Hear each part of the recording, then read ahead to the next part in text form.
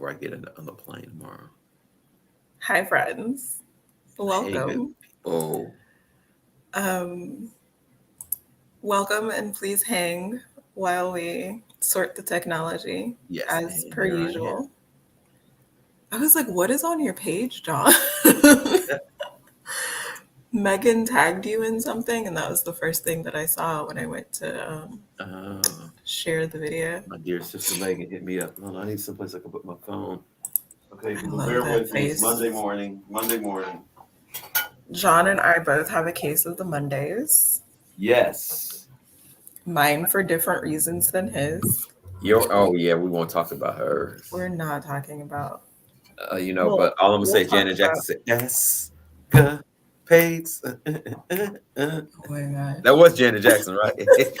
I think so. I wasn't really a Janet fan. We can talk about Tina's What? discography. Wait, wait, Yeah. wait. Huh? Rhythm No, but Nation? she's got this, yeah. But she's got this one song. I'll send you the link. She performs it on stage and she Yes. brings somebody up from the Rope type audience. rope, rope burn, rope something. It's not that one. It's a different one. But I just was like, really, Miss Jackson. You nasty, and I'm nasty. I'm calling Miss Jackson. I love me some Janet. That video should not be on YouTube. It Oh, should you be got to on send me that. HBO I mean, After if I Dark. haven't seen that one, that's gonna be one of my. I will send it. She does it in her live performances. She pulls people on stage. And that's not called rope burn or rope something. I don't think so. Now You you really talk, got me, I'll look. Janet Jackson. Anyway, how's people out there doing on this Monday morning? People might be checking this out right now. Uh, I'm excited, and today's title is a title that because I was running late and I didn't know what to put in. You have to Facebook force you to put something in. So the title is sexiness, and because we two sexy motherfuckers shaking that ass, as Prince would say, I decided why not go with sexiness? What is sexiness? What does that create? We've been talking about program. What is programming and sexiness? Oh, there's so much programming. What's that? Tell me more about the sexiness and programming. I think we're programmed out of it. I think that sexiness and sexuality and sensuality are all energies that we're born with. Mm-hmm. Um, might regret this saying this on the internet, but I am a highly orgasmic human. Like if Why you you regret breathe, that? because then people are like, "Ooh, let me try."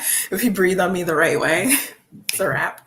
I used to tell men that they needed to offer something beyond an orgasm because if I close my legs the right way, I can handle that myself.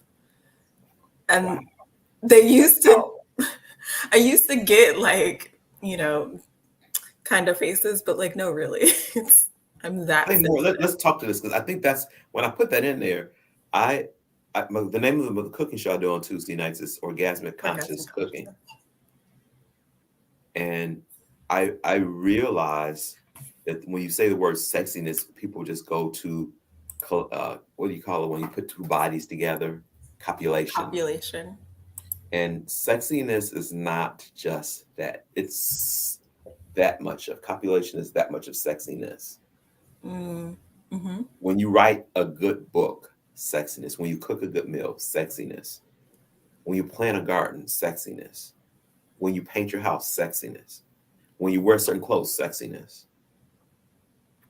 When you drink good wine, sexiness. And you have a really good conversation. Such fucking super duper sexiness. So I guess I jumped there and I knew talking to you about this, we could actually go there. But I want to go back to what you said in the beginning about being programmed out of it. You said, Yeah, because we're programmed out of our nature. You know, everyone's not going to get turned on by the same thing. I didn't like chocolate for a very long time, a very, very long time. And now my preference for chocolate is really good quality dark chocolate. ooh, So, like, you know, 5 ingredients or less. I mean, I will also eat a Reese's peanut butter cup and enjoy myself. You see that, y'all? Cashew This butter and is raspberry. Hugh chocolate. When she said that, I went to that because sometimes I'm off something like, oh my God. And I take a bite and I break off a dark chocolate. I think it's like 70, 80% of dark chocolate. And I break off, I'm like,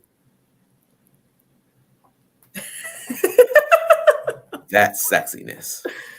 Yeah, but like, so I was one of those kids who couldn't stay out of my grandfather's garden, but he would buy me the family pack of candy bars and they would Mhm. just sit.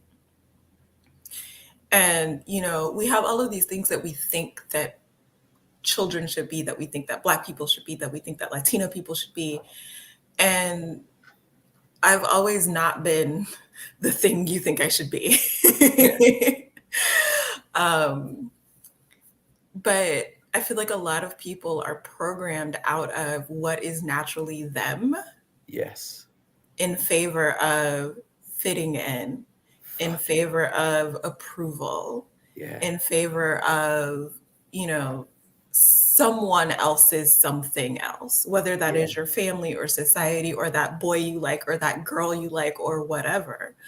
But if you are committed to and willing to be 100% you, then you'll find that like some things that you never thought would turn you on will probably turn you on. Yep. Absolutely. I was saying this. I was telling this to one of my friends, and I couldn't get it. I couldn't get it right to the point. I couldn't get my point of view across to my sister, and it's just, and I stopped because I realized, okay, that you can't see it. So I have friends of all different backgrounds, hues, whatever, and I find that certain cultural groups will only eat certain foods because they eat within their culture. Mm-hmm. And I've never been like that, And I think I attest this to uh, my mom and my dad. Growing up in Chicago, there was a food festival that happened in Chicago, and it was foods from around the world or Chicago. And we went there and we tried all different types of food. That's why when I cook, I'm cooking all over the world. But what I think sometimes happens, people get locked in because they eat culturally. Mm-hmm. They have a palate that's culturally trained instead of being in question about every fucking thing that they can eat and taste and drink. And there's no wrongness of that. It's just an awareness I have. And I was trying to share this with my sister. I was saying to her, I was like, hey, in this culture, Indian people eat Indian food. And I guess that's cool. But are you eating it because you desire that, or are you eating it because it's what's expected being in that culture? I love that you said Indian food. So my And I daughter, love Indian food. So it's not like I have a hate for it. I'm just saying, do you yeah, no, digress? it reminds me of this. So my daughter was breastfed Hmm. and refused baby food. Mm. And their dad is a chef, like by trade as well as by skill. Hmm. Um, and we interviewed a doctor who like made house calls to see if we wanted to become a part of her practice. And she said, Indian babies eat Indian food. Why can't my baby eat Indian food? And I was just like, duh. Yeah. But, you know, my daughter also has the most diverse palate of the 3 of my kids because Hmm. her dad fed her. Yeah. My palate, not as diverse. Yeah. Some of my But boys, kind of bland eaters.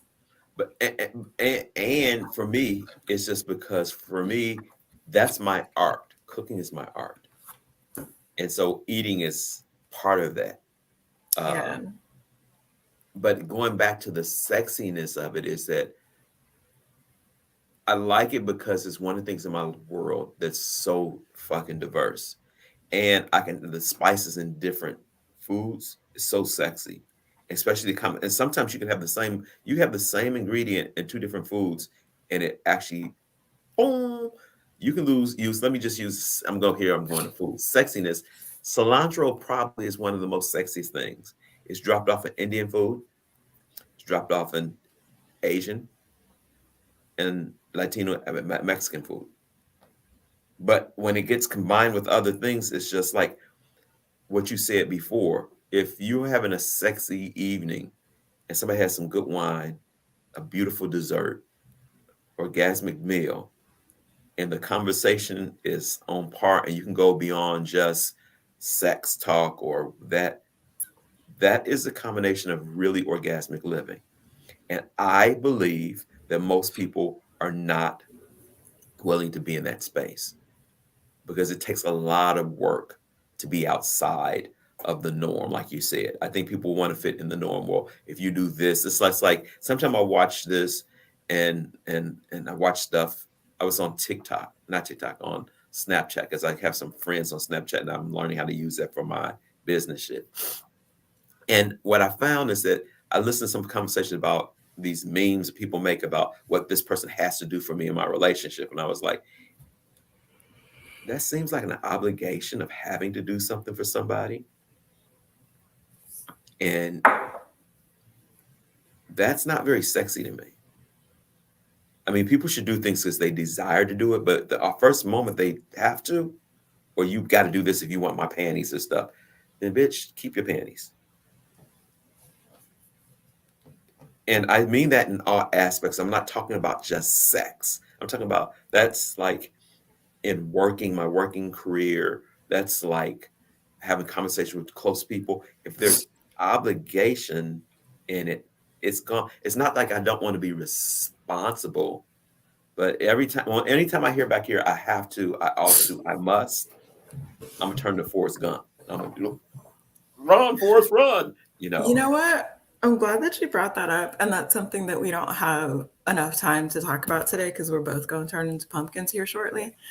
But I do want to talk about the difference between generosity, obligation, and transactions. Yeah, I think that can be a future conversation for sure because I have a lot of points of view about that. So make sure you write that down or send that to me so we can put that on there. Okay. Next week, y'all, I will be in Florida, and I don't know. I'll have my computer with me, and so at noon it'll be 10 o'clock. I don't know. We might have to just postpone, or we might record. I might record. We can record this Sunday after class. I'll just hit you up when we record. We'll talk about it after.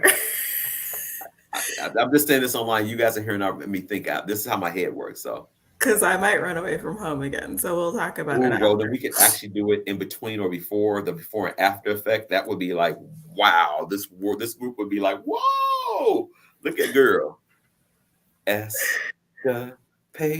I gotta look at the song up from Janet. It's called Would You Mind, friends. The song by Janet is called Would You Mind, and you want the live performance version. And I will do that right when I get off of here. What you got coming up? Feast is coming up, and Feast is going to be hosted inside my friend Larissa's community, the Slow Burn. So there is not a link yet. I know I said there would be this week, but I lied because technology. Because she ran away. That's why. Shh. It's a natural antidepressant, okay? Yes. Orgasms are natural antidepressants, y'all. People need them. People demand. They need that shit desperately. Can people still join Foundation? Yes, Foundation. Oh, yes. I'm leaving tomorrow night. I'll be in Fort Lauderdale Wednesday morning. I am looking forward to playing with some bodies, not that type of way, but playing energetically. I'm open to doing SOP sessions, abuse hold sessions. Bars class starts 9:30 Thursday morning in Palm Gardens, Florida. Friday morning, we have Foundation, same time, 4 days for that. Come play. Come check us out. www.beingjohnashford.com. Check me out. Bye, friends. Bye. I love y'all. Peace.